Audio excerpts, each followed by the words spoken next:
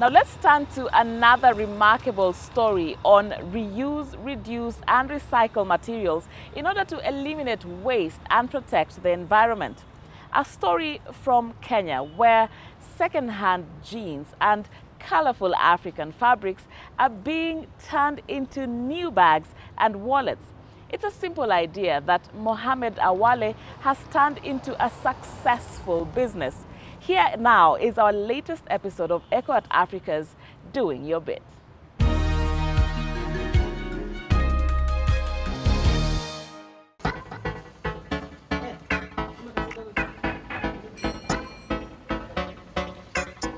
Kenyan eco-entrepreneur Mohamed Awale founded the company Suave. It gives old jeans a second life.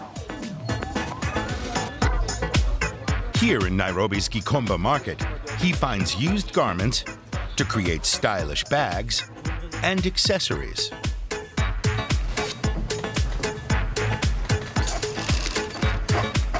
Every article is unique and reflects its origins.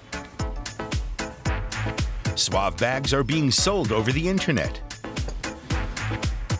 The business has a staff of 10 employees. And it's sold 10,000 bags since 2013, giving old jeans a new gleam. Do you like that? If you are also doing your bit, tell us about it. Visit our website or send us a tweet. #DoingYourBit. We share your stories. Ever dream of growing your own vegetables? If so, you probably think that you need a garden and lots of sunshine. Well, think again. A German company grows produce indoors using artificial light rather than sunlight and a special substrate rather than soil. But is this method sustainable? Doesn't it consume huge amounts of electricity? And is the produce even good for you? We went to find out.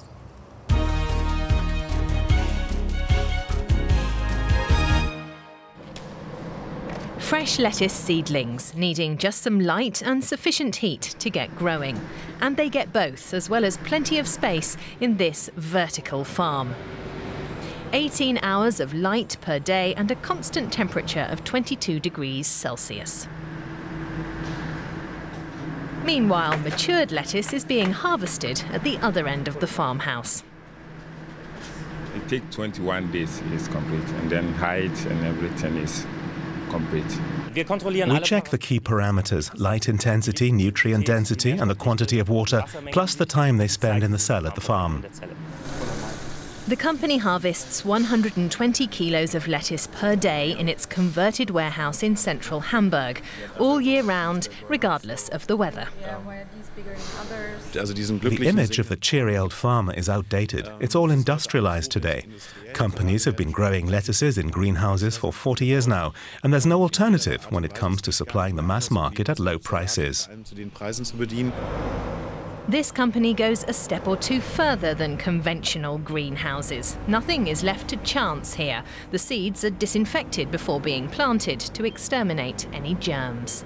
Yeah, fungi is bad because it sucks out all the nutrients from plants and eventually it kills the plants.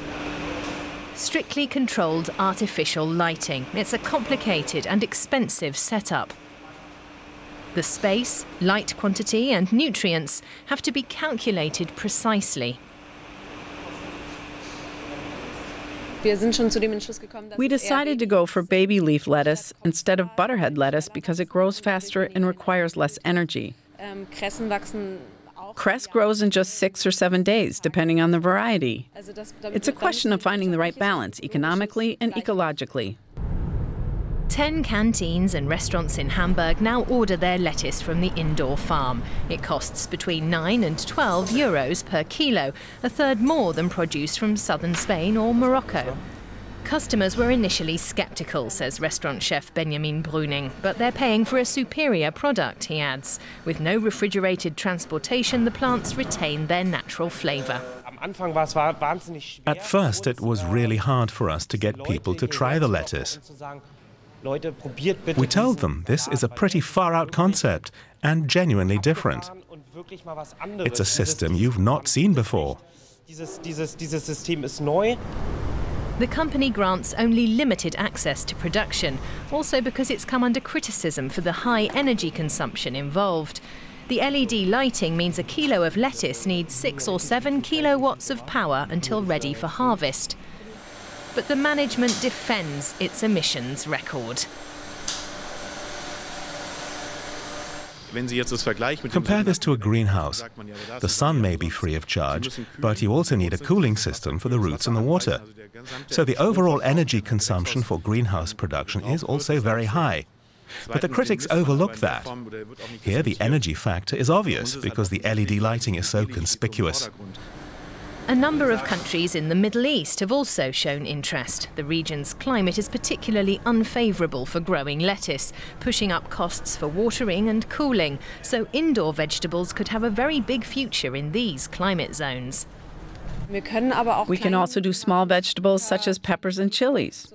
We'll be trying strawberries soon.